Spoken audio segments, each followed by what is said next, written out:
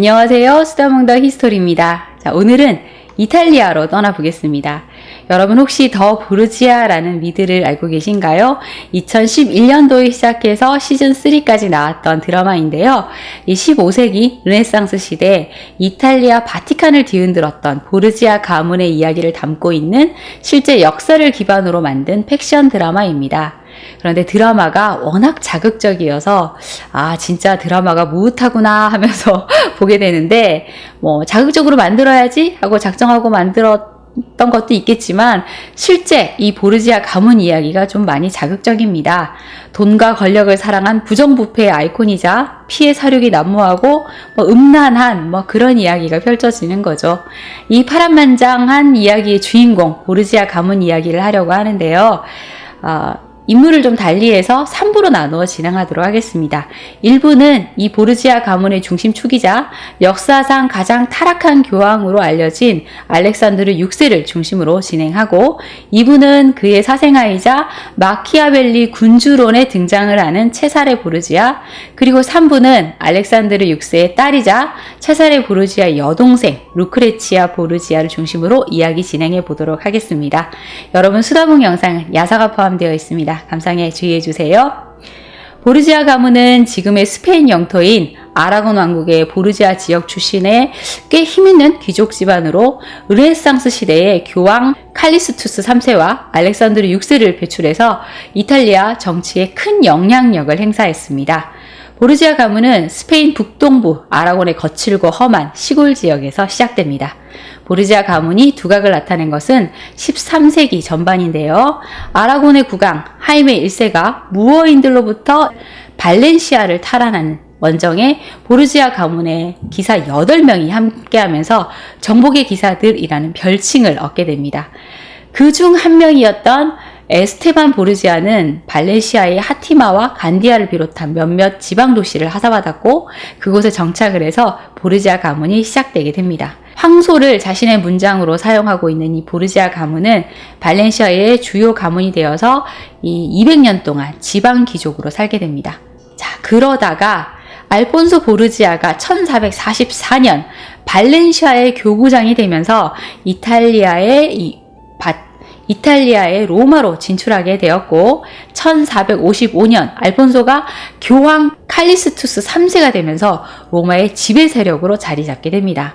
사실 알폰소 보르지아가 유력한 교황 후보는 아니었습니다. 두 이탈리아인들이 팽팽한 줄다리기를 하고 있었는데 그 막다른 고래에 있는 상황에서 어부지리로 선출된 아주 운 좋은 교황이었죠. 교황에 당선될 당시 77세였던 칼리스투스 3세는 건강이 좋지 않아서 아마 오래 살지 못할 거야 라고 예상하는 사람이 많았는데요. 하지만 놀랍게도 칼리스투스 3세는 꼬박 3년을 더 살면서 굉장히 존경스럽고 활동적인 교황으로 존경받게 됩니다. 하지만 족벌 등용을 함으로써 로마는 보르지아 가문 사람들과 그 추종자들로 넘쳐나게 되죠.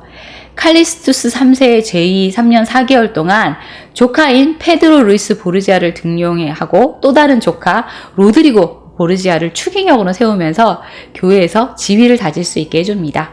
삼촌 덕분에 로드리고 보르지아는 20대 중반 젊은 나이에 교황청에서 입지를 다질 수 있었죠. 이후 로드리고 보르지아는 교황청의 중책인 상서원 부원장에 취임합니다. 그리고 약 30년 동안 총 5명의 교황을 섬겼는데 그 과정에서 여러 도시에 대한 통치권을 부여받게 되었고 엄청난 성직록을 손에 넣고 막대한 부를 쌓고 또 엄청난 권력을 행사하게 됩니다. 1458년 8월 칼리스투스 3세가 임종을 하자 로마 사람들은 이제 교황도 죽었으니 교황의 젊은 두 조카와 그를 따르는 추종자들을 제거해야 된다라는 얘기를 했는데 페드로 루이스 보르지아는 이 이야기를 듣고 무서워서 도망을 쳤고 이후 열병으로 사망을 합니다. 하지만 로드리고 보르지아는 마지막 날까지 삼촌을 보살폈고 결국 생존자가 되었죠. 다음 교황을 선출하는 콘클라베에서 캐스팅보드를 쥐게 된 로드리고는 시에나 추기경을 선택한다는 한마디로 결국 차기 교황 비오 2세의 총애를 받게 됩니다. 당시 교황과 성직자는 지금의 우리들이 생각하는 그런 이미지와는 좀 많이 달랐습니다. 당시 교회가 워낙 부패하기도 했지만 로드리고가 사실 최고봉이 아니었나 싶습니다. 성직자라면 응당 결혼도 할 수 없고 자식도 낳을 수가 없는데 로드리고는 그렇지 않았습니다. 사실 자신을 추기경으로 만들어준 삼촌 알폰소 보르지아, 그러니까 칼리스투스 3세가 외삼촌이자 그의 아버지라는 설이 있습니다. 알폰소가 그의 여동생 이사벨 데 보르지아와 근친을 해서 로드리고가 태어났다는 것이죠. 하지만 공식적인 아버지는 따로 있습니다. 이것이 사실이라면 그 집안은 사실 처음 시작부터 좀 막장인 것이네요. 로드리고는 당시 열정 넘치고 매력 뿜뿜하는 잘생긴 남자였다고 합니다. 키도 크고 몸도 좀 크고 굉장히 강한 표정의 검은 눈과 큰 코, 육감적인 입술을 가지고 있었고 굉장히 유쾌한 성격의 활기찬 동작을 하고 유머 감각이 있었던 인물이라고 하네요. 자, 이것은 성직자에게 그리 맞는 성격이라고 할 수는 없을 것 같은데요. 실증도 좀 잘 내고 노래 좋아하고 춤 좋아하고 사냥 좋아하고 또 무엇보다 아름다운 여자를 무척 좋아했다고 합니다. 여색을 어지간히도 밝히던 로드리고는 이 스페인의 아름다운 과부와 그녀의 두 딸까지 농락을 했었는데 이후 과부가 사망을 하자 큰딸은 강제로 수도원에 보내고 더 외모가 아름다웠던 동생을 자기가 데리고 살았다고 합니다. 그리고 로드리고는 1461년 로마에 살고 있던 반누차 카나네이를 만나게 되는데요. 당시 교황이 여자를 만나는 이 로드리고의 모습을 보고 너 그렇게 문란하게 행동을 했다가는 성직자고 뭐고 다 끝장난다 라는 경고를 했고 로드리고는 반누차를 베니스로 보내서 몰래 만나게 됩니다. 사실 로드리고의 수많은 정부 가운데 반누차가 가장 오랫동안 관계를 지속한 여인이죠. 반누차에게는 물론 또 공식적인 남편이 있었어요. 결혼을 한 3번 정도 했었는데 반누차가 로드리고를 만날 때 32살이었다고 하니까 당시 기준으로는 젊은 나이가 아니었어요. 그런데도 로드리고를 사로잡은 걸 보면 아주 매력적인 여인이었던 것 같습니다. 반누차는 로드리고와 만나면서 4명의 아이를 낳는데요. 체사레 보르지아, 후안 보르지아, 루크레치아 보르지아, 그리고 호프레 보르지아입니다. 하지만 이 막내 아들 호프레에 대해서는 로드리고의 아들이 아닐 수도 있다라는 의심을 하기도 합니다. 로드리고는 성직자 신분이었기 때문에 이 4명의 아이들을 공식적으로 자신의 아이다 라고 말할 수는 없지만 사실 이 로마의 대부분의 사람들은 그 아이들이 누구의 아이들인지 다 알고 있었고 로드리고 역시 자신의 아이들을 위해서 후원을 아끼지 않았으며 온갖 영광을 안겨다 줍니다. 로드리고가 인정한 사생아만 최소 8명이 있고 또 인정받지 못한 사생아가 더 있었어요. 자, 그런데도 로드리고는 로마 대중에게 큰 인기를 얻고 있었다고 합니다. 당시는 이런 세속적인 삶이 그렇게 엄청난 지탄의 대상도 아니었고 또 대외적으로 포장을 잘했기 때문에 큰 문제가 없었던 것이죠. 그리고 또 로드리고를 여자 밝히는 호색한이다 라고 가볍게만 볼 수 없는 게 다방면에 굉장히 뛰어난 지식과 또 판단력을 가지고 있었어요. 업무 처리 능력이 굉장히 뛰어났고 또 인간적으로도 굉장히 매력 있는 모습을 보였고 또 다른 사람들 앞에서는 굉장히 위험 있는 태도를 보이는 것으로 유명했다고 합니다. 로드리고는 장기적인 계획을 세워서 차근차근 위로 올라가고 있었는데요. 돈과 권력에 이르는 방법을 굉장히 영리하게 꿰뚫어 볼 줄 아는 사람이어서 이후 꼭 이 교황의 자리를 차지해서 자신의 야망을 실현하고자 했죠. 교황 인노켄티우스 8세가 1492년에 사망을 하고 교회의 추기경들은 또 후계자 선출을 하기 위해 이제 모이게 됩니다. 이제 콘클라베가 시작된 것인데요. 로드리고는 사실 이 스페인 혈통이라는 것이 굉장히 좀 불리했어요. 그리고 로드리고의 숙적 줄리아노 델로 로베로는 자신이 교황이 되기보다는 자신에게 빚이 있는 후보인 포르투갈의 콘스타나 베네치아의 제노를 당선시켜서 로드리고를 저지하려고 했었죠. 콘클라베는 5일 동안 진행이 되는데 로드리고의 궁전에서 아스카니오의 궁전으로 은을 계속 실어 나르는 노새를 봤다라는 기록이 있는 걸로 봐서 이 로드리고의 물밑 작업이 상당히 있었던 것으로 보입니다. 결국 콘클라베는 로드리고의 승리로 끝이 납니다. 이 22명의 추기경의 지지를 받은 로드리고는 1492년 8월 교황 알렉산드르 6세가 됩니다. 로드리고가 교황이 될 수 있었던 것은 막대한 재산을 팔아서 추기경들을 매수했다는 그런 후문이 있었는데 물론 입증된 바는 없습니다. 자, 이제 교황이 되었으니까 알렉산드르 6세라고 부르도록 하겠습니다. 알렉산드르 6세는 교황이 된 후 사실 많은 돈을 썼기 때문에 그 재산을 또 채우기 위해서 기상천외한 방법으로 재산을 모읍니다. 당시는 하루에 평균 14건의 살인사건이 일어났었는데 이 살인범들을 사형에 처하지 않는 조건으로 그들에게 뇌물을 받습니다. 그리고 또 당연한 듯이 성직과 성물을 매매했고요. 추기경과 자신을 반대하는 자들을 도구로 암살하고 재산을 뺏기도 했다고 합니다. 그리고 돈을 받고 근친상간을 눈감아 주기도 했죠. 당시에는 근친상간이 굉장히 많이 이루어졌고 보르지아 가문도 사실 근친상간의 소문에 휩싸인 적이 있는데 그 이야기는 또 2, 3부에서 이야기해 보도록 하겠습니다. 자, 여튼 한 귀족은 24,000개의 금판을 이 알렉산드르 6세에게 바치고 자신의 여동생과의 근친상간을 허락받게 됩니다. 그러면서 또 알렉산드르 6세 본인의 타락도 계속되었죠. 15살에 줄리아 파르네세라는 아름다운 소녀가 있었는데요. 이 줄리아는 오르시노 오르시니와 정략 결혼을 한 상태였습니다. 그런데 이 오르시노 오르시니는 애꾸눈의 작은 키를 가진 심약한 남자였는데 이 오르시노의 어머니 아드리아나 밀라가 알렉산드르 6세의 조카인 거니까 집안 자체는 굉장히 좋았던 거예요. 그런데 알렉산드르 6세가 이 두 사람 결혼 주례를 해주다가 15살의 줄리아를 보고 홀딱 반한 겁니다. 그래서 줄리아를 자신의 방으로 데려가서 교황의 이름으로 초약권을 행사한 것이죠. 그런데 또 충격적인 사실은 이 줄리아의 오빠 알렉산드르가 이미 알렉산드르 6세와 합의를 해서 이 같은 일이 일어났다는 겁니다. 알렉산드르 6세는 이후에도 아름다운 줄리아를 잊지 못해서 그녀를 자신의 정부로 삼습니다. 그러니까 아드리아나 밀라, 그러니까 줄리아의 시어머니는 교황의 정부가 되는 것을 굉장히 영광스러운 일이라며 오히려 줄리아를 적극 지원했다고 하네요. 줄리아는 이 바티칸 옆에 있는 건물에 살고 있었는데 이 건물은 바티칸 궁과 비밀 통로로 연결되어 있었어요.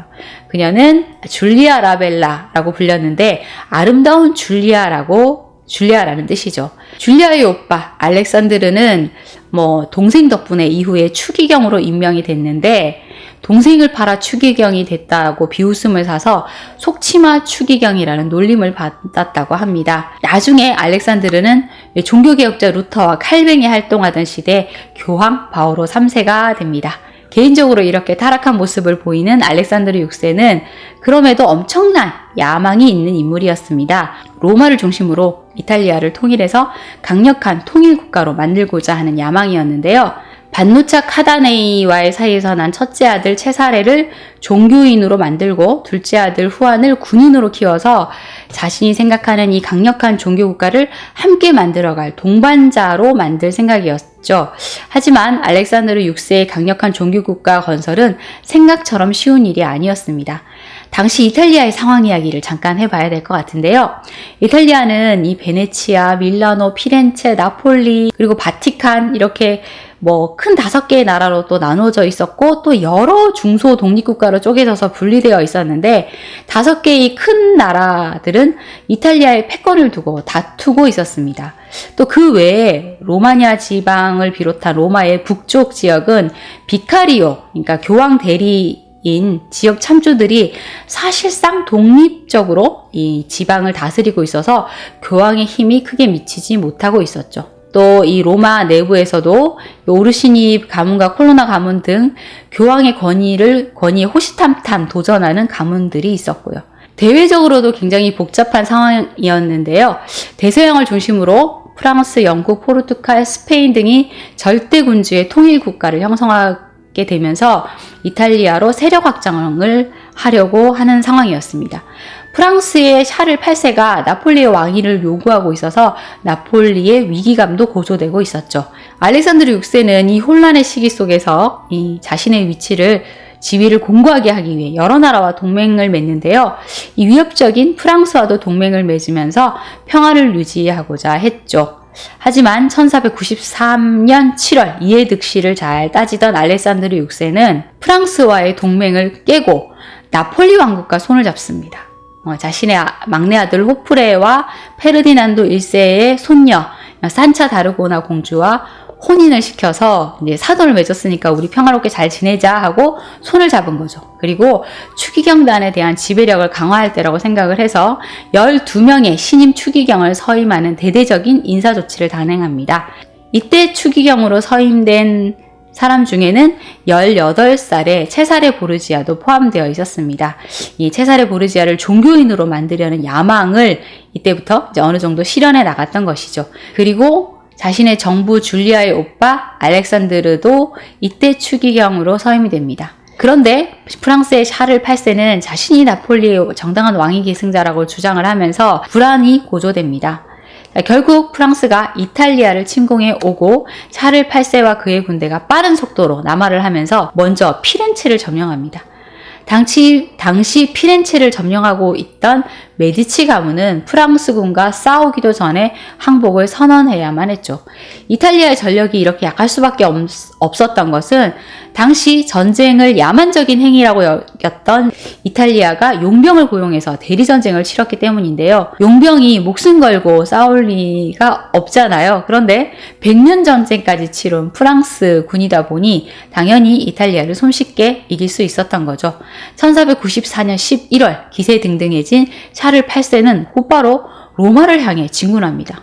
샤를 8세는 알렉산드르 6세를 간통, 근친상간, 살인, 그리고 기타 등등의 죄로 퇴위시키고 교황청에서 쫓아내겠다는 협박을 하죠. 이에 위기감을 느낀 알렉산드르 6세는 즉시 군사들을 징집해서 이 방어태세에 돌입을 하는데 그의 상황은 위태롭기 그지없었습니다. 그의 12월 31일 샤를 8세는 자신의 군대와 보르지아 가문의 숙적이자 친프랑스파인 줄리아노 델라 로베르 추기경을 포함한 프랑스파 추기경들을 대동해서 로마에 무혈 입성하게 됩니다.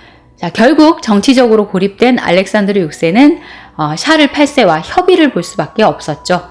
알렉산드르 6세는 샤를 8세의 측근이자 생말로 교구장이었던 기욤 브리소네를 추기경으로 임명을 합니다. 그리고 자신이 인질로 잡고 있었던 오스만 제국의 왕자 젬과 자신의 아들 체사레 보르지아를 교황 사절로 임명해서 프랑스군의 나폴리 원정에 동행하게 하죠. 아들을 볼모로 넘긴 대가로 샤를 8세가 교황에 대한 공식적인 복종 선언을 하고 교황을 보호하겠다는 약속을 하게 됩니다. 1월 18일 샤를 8세는 젬 왕자와 체사레 보르지아를 데리고 나폴리 원정을 떠났는데 이 두 사람은 벨레트리에서 도망가 버립니다. 체사레가 탈출한 것을 알게 된 샤를 8세는 엄청나게 화를 내면서 알렉산드르 6세에게 체사레를 내놔라 라고 항의를 했는데 체사레는 돌아가지 않습니다. 샤를 8세가 나폴리를 공격했을 때는 나폴리에 반역이 일어나서 혼란스러운 상태여서 나폴리의 군대는 금방 허물어지게 됩니다. 국왕 알폰소 2세는 왕위를 자신의 아들 페르디난도 2세에게 물려주고 도망가 버립니다. 하지만 페르디난도 2세 역시 이스키아 섬으로 도망을 갔고 덕분에 아주 손쉽게 이 나폴리 왕국은 프랑스의 손에 넘어갑니다. 샤를 8세는 스스로 자신이 나폴리의 왕이라며 대관식까지 치르게 되죠. 자, 그러자 알렉산드르 6세는 1495년 3월 31일 신성 로마 제국과 베네치아 공화국, 또 밀라노 공국, 스페인의 페르디난도 2세 등과 더불어서 신성 동맹을 결성해서 샤를 8세에게 대항하게 됩니다. 도망갔던 나폴리 왕 페르디난도 2세도 다시 돌아와서 나폴리 탈환에 나서죠. 1495년 6월 28일 벌어진 이 스페인 나폴리 연합군과 프랑스와의 전투인 세미나라 전투는 프랑스군이 승리를 했었는데 이후 페르디난도가 해군과 현지민들의 도움을 받아서 나폴리를 되찾게 되죠. 자, 이후 프랑스군은 불운이 시작되었는데요. 노획물이 많다 보니 이동도 느렸고 또 군인들 사이에는 매독이 퍼져 있었고 식량도 떨어져 갔습니다. 1495년 7월 6일 신성동맹에서 고용한 콘토티에르, 그러니까 용병 병력과 맞붙게 된 프랑스군은 이 포르노보 전투에서 패하게 돼서 이 샤를 8세는 간신히 탈출을 했고요. 또 프랑스에 귀국할 때는 정복지를 모두 상실하게 됩니다. 알렉산드르 6세는 이렇게 위기 하나를 넘기게 된 것이죠. 알렉산드르 6세를 괴롭힌 이탈리아 내부의 문제인 사보나놀라도 있는데요. 교황의 부정부패를 비난하고 나선 탁발수사였습니다. 이 탁발수사 사보나놀라 이야기는 또 나중에 별도로 진행해 보도록 하겠습니다. 자, 이 알렉산드르 6세는 이렇게 프랑스의 샤를 8세 침략과 내부의 반란을 이겨내는데요. 프랑스와는 계속 원수처럼 지낼 것 같았지만 정치에서 영원한 동지도 영원한 적도 없죠. 샤를 8세를 이어 프랑스의 왕이 된 루이 12세는 잔과 이혼을 하고 샤를 8세의 왕비였던 앤과 재혼을 하고자 하는데 알렉산드르 6세는 이 루이 12세와 우호적인 관계를 가지고자 했기 때문에 이 이혼과 결혼을 승인해 줍니다. 그리고 1499년 프랑스와 동맹을 맺죠. 세사르 보르지아는 1498년 추기경직을 포기하고 환속해서 동생 후안이 맡았던 교회군 총사령관 자리를 맡게 됩니다. 세사르 보르지아는 아버지의 도움을 받아 이 로마니아의 왕국을 세워 군주가 되려는 야심을 키우기 시작했죠. 자, 프랑스와의 전쟁을 치르느라 교황의 금고는 텅텅 비었는데요. 알렉산드르 6세는 다시 금고를 채워야만 했습니다. 1500년 희년이 돌아오자 알렉산드르 6세는 전국의 수많은 순례자들을 이 로마로 불러들였는데 면제부를 마구 남발하여 판매를 했고 은사와 미사가 난무하게 됩니다. 그러면서도 그의 음란한 사생활은 또 계속되는데요. 이 알렉산드르 6세에 대한 외설적인 일화를 기록한 이가 있습니다. 좀 부풀린 감도 있겠지만 교황청의 보고 담당관 요하네스 부르카르드가 작성한 글에 따르면 1501년 11월 1일 만성절을 맞아서 바티칸궁에서 연회가 열렸습니다. 그런데 놀랍게도 그 자리에는 이 로마에서 가장 천박한 창녀 50명이 초대되어 있었습니다. 창녀 50명은 바티칸궁에 도착하자마자 주저하지 않고 몸에 걸친 옷을 모두 벗어 던졌고 한 손에는 촛불을 들고 머리를 풀어헤친 채 이 알렉산드르 6세가 던지는 밤을 줍기 위해 서로 다투는 모습을 보입니다. 옷을 모두 벗은 전라의 미녀들이 뚝뚝 떨어지는 뜨거운 촛농에 개성을 지르며 밤을 줍는 게이한 풍경이 펼쳐졌던 거죠.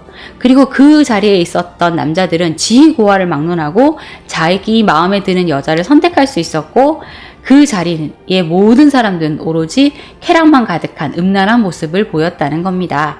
자, 이렇게 바쁘게 지내던 알렉산드르 6세는 1503년 8월 11일 아들 체사레 보르지아와 함께 열병, 그러니까 말라리아로 앓아눕게 됩니다. 그러면서 교황 당선 기념미사에도 불참하게 되죠. 그리고 주치의들이 계속된 처방을 했음에도 불구하고 앓은 지 일주일도 되지 않아서 72세의 나이로 선종하게 됩니다.